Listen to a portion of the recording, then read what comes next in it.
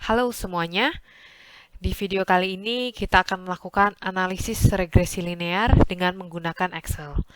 Sebelumnya saya akan menjelaskan sedikit terlebih dahulu apakah yang dimaksud dengan analisis regresi linear. Analisis regresi adalah metode yang digunakan untuk mengetahui pengaruh antara variabel melalui suatu persamaan. Regresi pada umumnya menunjukkan hubungan sebab akibat antara variabel bebas atau disebut variabel X dengan variabel terikat atau disebutnya variabel Y. Selain itu juga dengan regresi kita juga dapat melakukan prediksi dari satu variabel terhadap variabel lain melalui persamaan tersebut. Di sini ada contoh data dan ada 3 variabel. Ada data mengenai pendidikan, ada data mengenai pekerjaan, dan juga data mengenai jumlah kepemilikan mobil. Untuk data tingkat pendidikan, jenjangnya diklasifikasikan menjadi 6, yaitu SD, SMP, SMA atau SMK, D4 atau S1, S2, dan S3. Sedangkan untuk data pekerjaan, itu terbagi ke dalam 8 klasifikasi, yaitu terdiri dari 1 pegawai negeri atau TNI atau Polri, 2 pensiunan atau tidak bekerja, 3 pegawai swasta, 4 wira swasta, 5 pelajar mahasiswa, 6 ibu rumah tangga, 7 guru, dosen atau akademisi, dan 8 kita klasifikasikan dengan lainnya. Sedangkan di sini ada data jumlah kepemilikan mobil yang menunjukkan banyaknya jumlah mobil yang dimiliki. Ada dari 2 mobil, 3 mobil, 1 mobil, atau 0 yang mengindikasikan bahwa tidak memiliki mobil. Untuk analisis regresi kali ini, kita akan mengestimasi bagaimana pengaruh pendidikan, pekerjaan terhadap jumlah kepemilikan mobil. Jadi di sini, pendidikan dan pekerjaan adalah variabel bebasnya, atau di sini saya tuliskan variabel X, dan pekerjaan juga variabel X. Sedangkan jumlah kepemilikan mobil adalah variabel terikat atau sini saya tuliskan yaitu sebagai variabel Y. Baik, kita langsung mulai saja. Yang pertama-tama cara melakukan regresi, kita harus kita klik di data, kemudian kita klik di data analisis. Bagi yang fitur data analisisnya belum ada, silahkan mengaktifkannya terlebih dahulu. Cara mengaktifkannya dapat dilihat pada link di descriptions. Kita klik di sini dari data analisis, kemudian kita klik regressions, kemudian kita okekan. Nah, akan muncul bagan seperti berikut. Ada input, ada output options, kemudian ada normal, probability, dan residuals di sini. Nah, kemudian kita langsung saja kita masukkan, kita input nilai Y range-nya, kita klik tanda panahnya, kemudian kita blok di jumlah kepemilikan mobil, karena dia adalah variabel Y ya. Kemudian kita klik lagi di sini, kemudian kita isi input X range-nya, kita blok semua datanya, yaitu data pendidikan dan juga data pekerjaan, kita blok semuanya. Oke. Kemudian kita sudah otomatis terisi. Kemudian jangan lupa kita juga centang pilihan labels di sini. Karena tadi kita juga memblok judul kolom yang menjadi keterangan seperti pendidikan, pekerjaan, jumlah kepemilikan mobil itu adalah keterangan dari label tersebut. Nah, label di sini berfungsi untuk membedakan judul kolom dengan data yang sifatnya numerik. Apabila tidak kita centang dan kita memblok judul kolomnya, maka hasil akan error karena yang bisa terbaca di regresi hanyalah data numerik saja. Kemudian di sini selanjutnya di output options. Ini sebenarnya hanyalah pilihan untuk menempatkan hasil regresi. Output range artinya kita meletakkannya pada halaman ini, yaitu di sheet yang sama. Tinggal kita taruh saja di sel mana hasil tersebut akan kita taruh.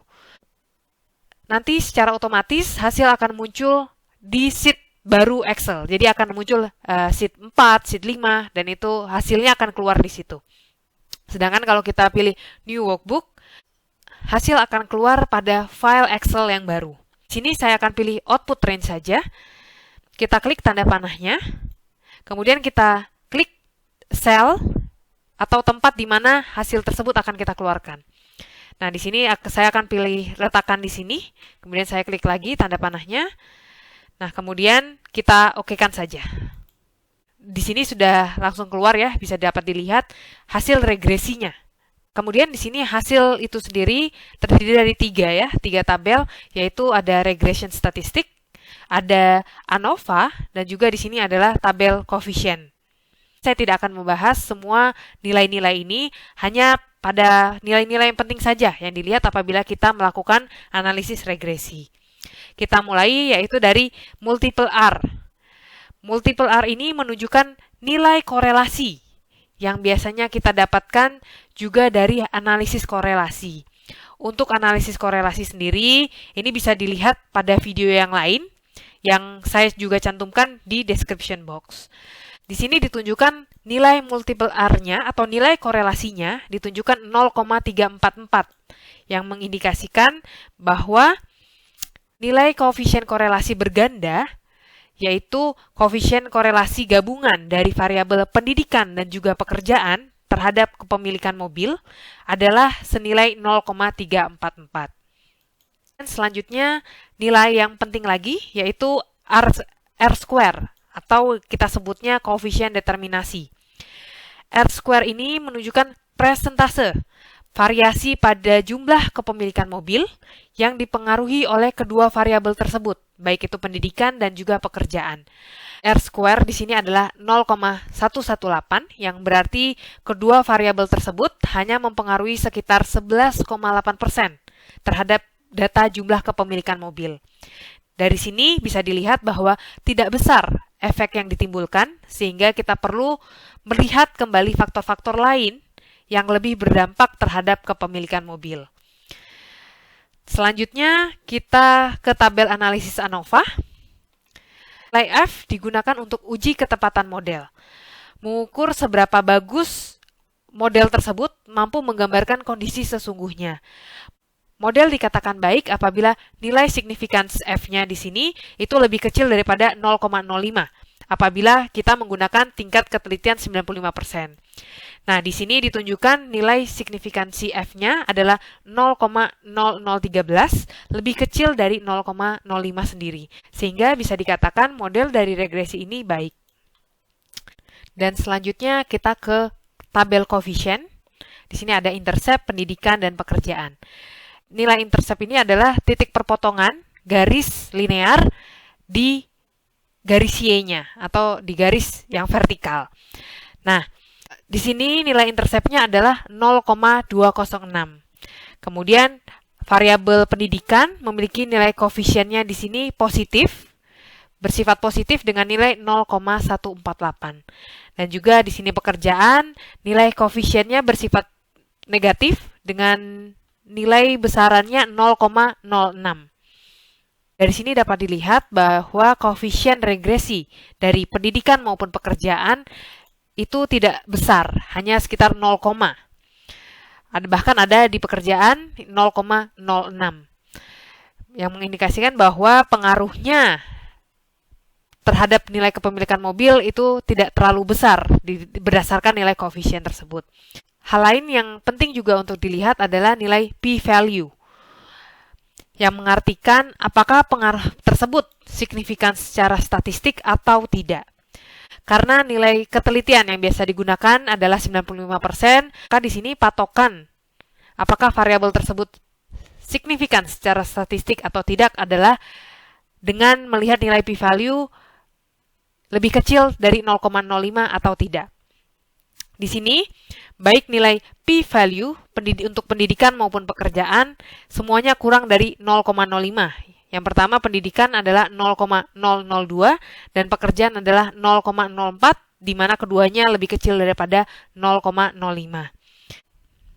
Dari hasil ini dapat diindikasikan bahwa kedua variabel tersebut, baik pendidikan maupun pekerjaan, berpengaruh signifikan secara statistik terhadap jumlah kepemilikan mobil.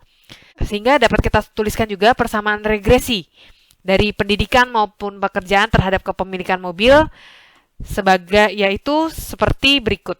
Y sama dengan 0,206 yaitu nilai interceptnya ditambah dengan 0,148 kalikan dengan X1-nya dikurangi karena dia dinilai negatif, yaitu 0,061 kalikan dengan X2.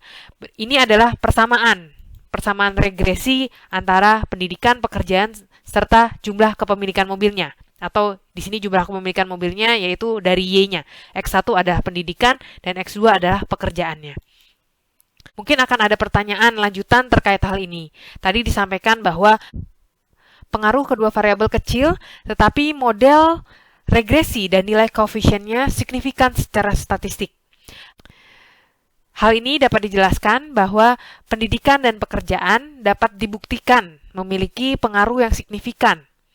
Namun, nilai pengaruh tersebut tidaklah besar dan hanya berperan terhadap 11,8% jumlah kepemilikan mobil. Dengan kata lain, masih ada variabel-variabel lainnya yang memiliki pengaruh kuat terhadap jumlah kepemilikan mobil itu sendiri.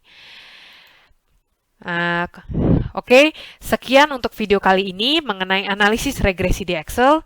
Sampai jumpa di video selanjutnya.